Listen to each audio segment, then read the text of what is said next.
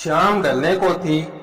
सभी आगंतुक धीरे धीरे अपने घरों को लौटने लगे थे।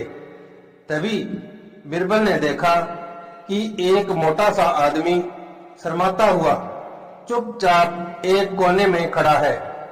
बिरबल उसके निकट आता हुआ बोला, लगता है तुम कुछ कहना चाहते हो।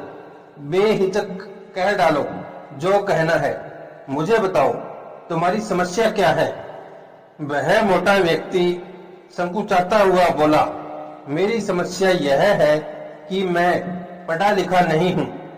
मैंने अपनी शिक्षा पर ध्यान नहीं दिया, जिसका मुझे खेद है। मैं भी समाज में सिर उठाकर सम्मान से जीना चाहता हूं, पर लगता है ऐसा कभी नहीं हो पाएगा। नहीं, कोई देर नहीं हुई, ऐसा जरूर होगा यदि तुम हिम्मत न हारो और परिश्रम करो। तुम में भी योग्यता है, बिरबल ने कहा, लेकिन ज्ञान पाने में तो सालों लग जाएंगे। मोटे व्यक्ति ने कहा, मैं इतना इंतजार नहीं कर सकता। मैं तो यह जानना चाहता हूं कि क्या कोई ऐसा तरीका है कि चुटकी बजाते ही प्रसिद्धि मिल जाए। प्रसिद्धि पाने का ऐसा कोई आसान रास्ता तो नहीं है, बिरबल बोला। यदि तुम वास्तव में योग्य और प्रसिद्ध कहलवाना चाहते हो तो मेहनत तो करनी ही होगी, वह भी कुछ समय के लिए। यह सुनकर मोटा आदमी सोच में डूब गया। नहीं, मुझ में इतना धैर्य नहीं है, मोटे आदमी ने कहा। मैं तुरंत ही प्रसिद्धि पाकर पंडित जी कहलवाना चाहता हूँ। ठीक है, बिरबल बोला, इसके लिए तो एक ही उपाय है। कल तुम बाजार में जाकर खड़े हो जाना। मेरे भेजे आदमी वहां होंगे जो तुम्हें पंडित जी कहकर पुकारेंगे। वे बार बार जोर जोर से ऐसा कहेंगे, इससे दूसरे लोगों का ध्यान इस ओर जाएगा। वे भी तुम्हें पंडित जी कहना शुरू कर देंगे। ऐसा होना स्वाभाविक भी है, लेकिन हमारा नाटक तभी सफल होगा जब तुम गुस्सा दिखाते हुए उन पर पत्थर फेंकने लगोगे या हाथ में लाठी लेकर उनको दौड़ाना होगा तुम्हें। लेकिन सतर्क रहना, गुस्से का सिर्फ दिखावा भर करना है तुम्हें, किसी को चोट नहीं पहुंचनी चाहिए। उस समय तो वह मोटा आदमी कुछ समझ नहीं पाया और घर लौट गया।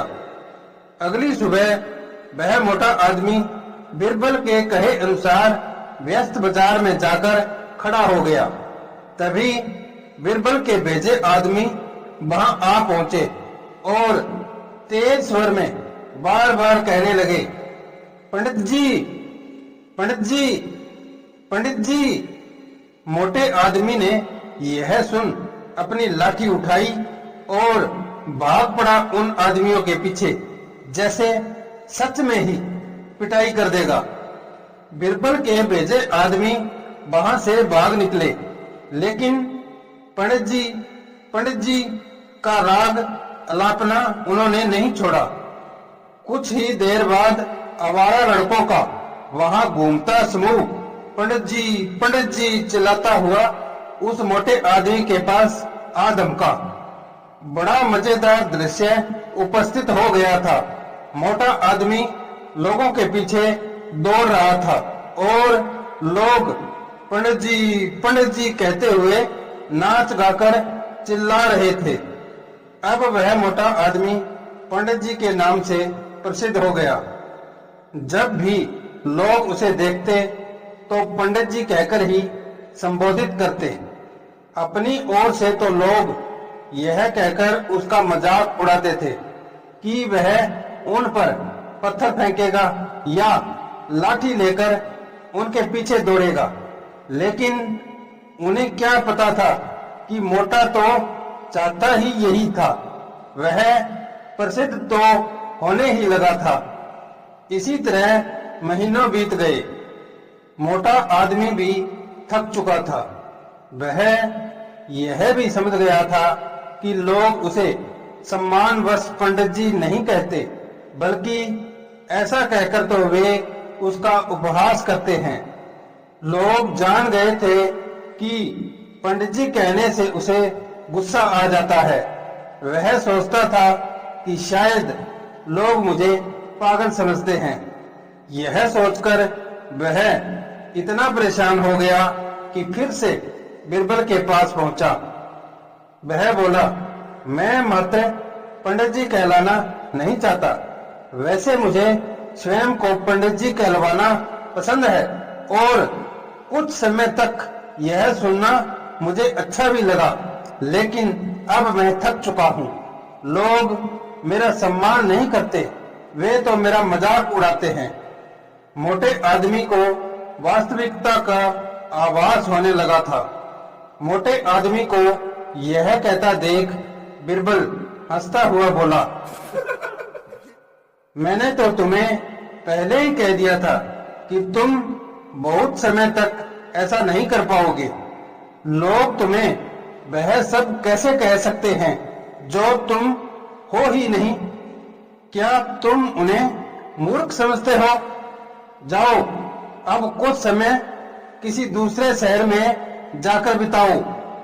जब लौटो तो उन लोगों को नजरअंदाज कर देना जो तुम्हें पंडित जी कहकर पुकारें। एक अच्छे सभ्य व्यक्ति की तरह आचरण करना।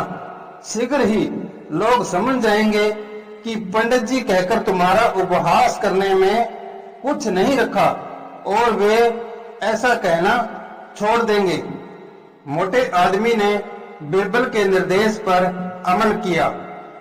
जब वह कुछ माह बाद दूसरे शहर से लौटकर आया तो लोगों ने उसे पंडित जी कहकर परेशान करना चाहा।